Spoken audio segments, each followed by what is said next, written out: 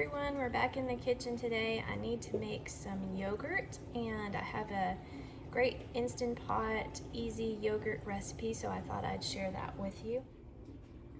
Here is the recipe I'm going to be using. I am not going to do a whole gallon of milk because that's a lot of yogurt and we don't go through it that quickly, so I'm going to be using a half gallon and cut all those things in half. But things that you do need other than an Instant Pot, of course, milk, a thermometer, a food thermometer is going to be important because there's some steps where you have to have it at a certain temperature.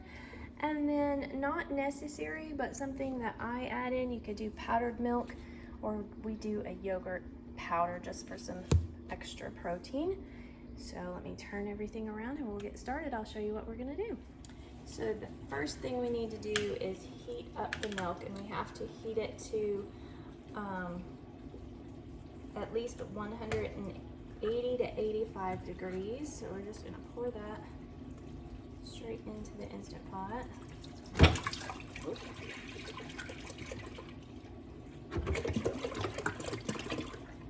And I use whole milk for that.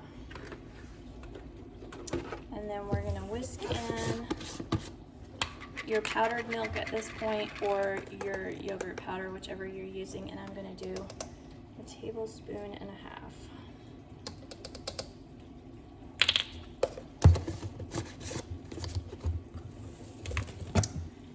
So I'm gonna whisk that in. The recipe actually calls for you to put the Instant Pot on the boil cycle, but mine does not have a boil cycle. So I am just going to put it on the brown saute, and we're going to let that heat and keep an eye on it. Stir it periodically, measure the temperature periodically, and then we'll turn it off when it gets to 185.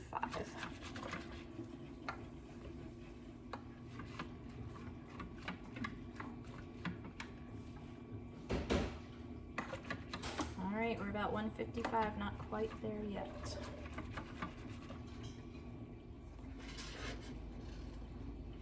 Okay, we are up in the 190s, which means it's sufficiently heated. We're going to turn this off. And then we're going to take out the inside of the pot. Just sit it off to the side to let it cool. And you're going to have to occasionally stir and check the temperature until you come down to 110. All right, we're still waiting on our yogurt to cool down to a 110, but in the meantime, you're gonna wanna get out your yogurt starter. Now, this can be yogurt that you've bought at the store that has live yogurt cultures. It can be yogurt you've made before, which is what I'm gonna be using today. Or you could use a yogurt powder that you ordered the cultures from. So any of those ways will work. And I'm going to be using 1/8 of a cup. So I've just scooped that out, and I'm going to let that sit on the counter here until our yogurt reaches the 110 degree mark. Okay, we are finally down to 110. I don't know. Yes, 110. I'm going to take this out, and I'm going to grab a ladle and scoop out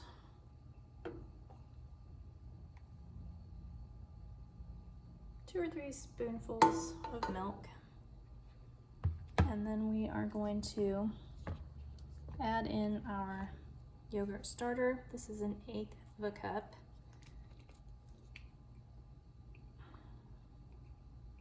And like I said, this is the yogurt I made last time. You could use store-bought yogurt so long as it has live active cultures, or a yogurt starter. And then we're gonna whisk that in there. gets incorporated.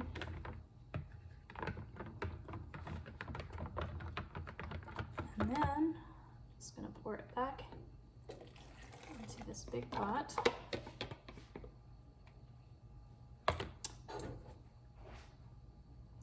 And whisk it all in.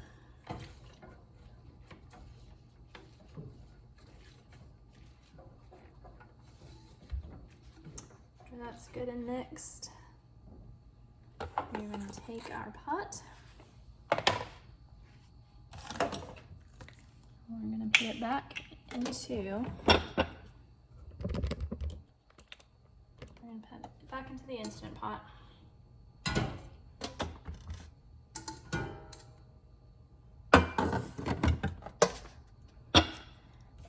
At this point, we're going to put our lid on, and we're going to push our yogurt setting.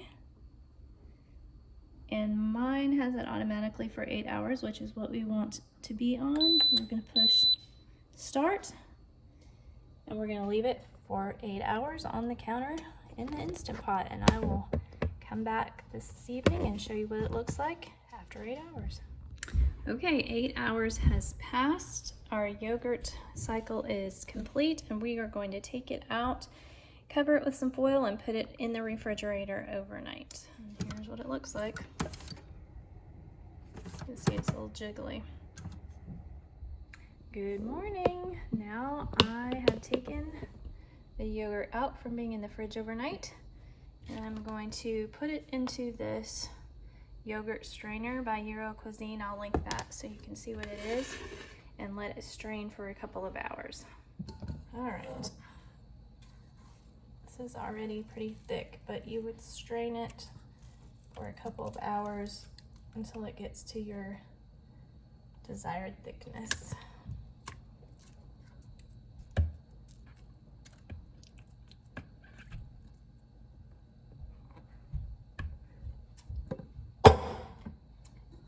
And I'm going to put this in 2 different ones so it strains a little easier. So I will get this back into the fridge, and then when it strains, I'll come back and show you what that looks like.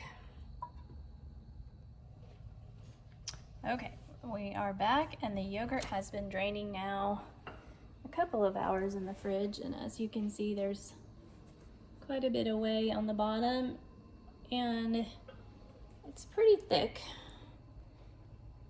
So if it's thicker than you'd like it, you can add back some whey, or you can leave it that way and use the whey for other things. But right now I'm going to put it into the mixer, and we're going to add the sweetener, and vanilla is what we do with it. I guess you don't have to add sweetener if you like your yogurt plain, but we like vanilla. So I'm going to scrape it out of these strainers.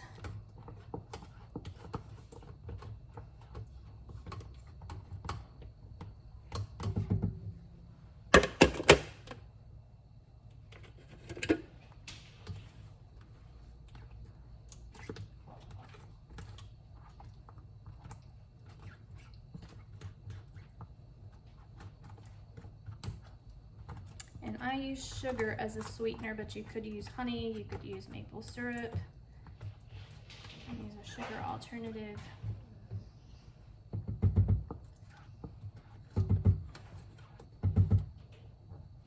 All right, so we're gonna add 1/4 cup of sugar.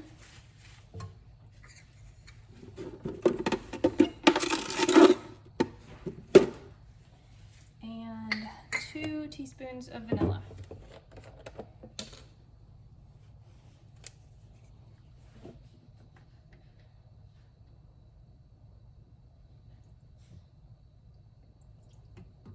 You could mix this in here by hand, but I just use a mixer, makes things easier.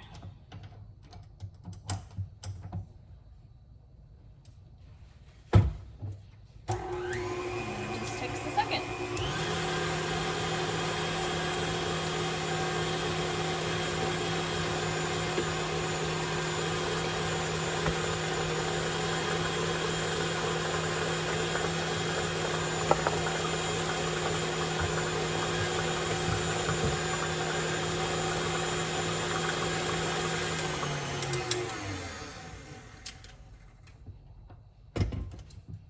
see, we've mixed in the sweetener. It's nice and smooth, good consistency. And the whey at the bottom, I've poured into a jar. I'm just going to put the date on the top. That keeps for a couple of weeks, and we use that for things like buttermilk. You can put a few dollops of yogurt back in there and mix that up and use that as a buttermilk substitute. I'm going to put this back into our container and store in the fridge. We're all set. Hope that was helpful. If you have any questions, leave them in the comments, and I will see you next time. Bye-bye.